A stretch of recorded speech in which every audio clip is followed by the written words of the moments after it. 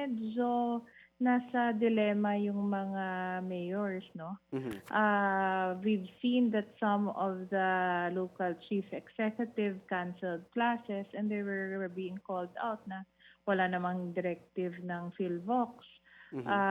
Bakit tayo mag-cancel? So actually, I sent a message sa DepEd natin to guide yung mga LCEs on the declaration ng Mhm. cancellation of classes.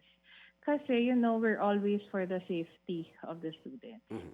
And Mhm. also, for their learning, no? Medyo dilemma tayo ngayon kasi ano ba talaga, do we follow the protocols under their memo or do we review and revisit yung memo kasi nangyayari na ito ngayon. Mhm. So, I called up sa DepEd National Office and asked for their guidance.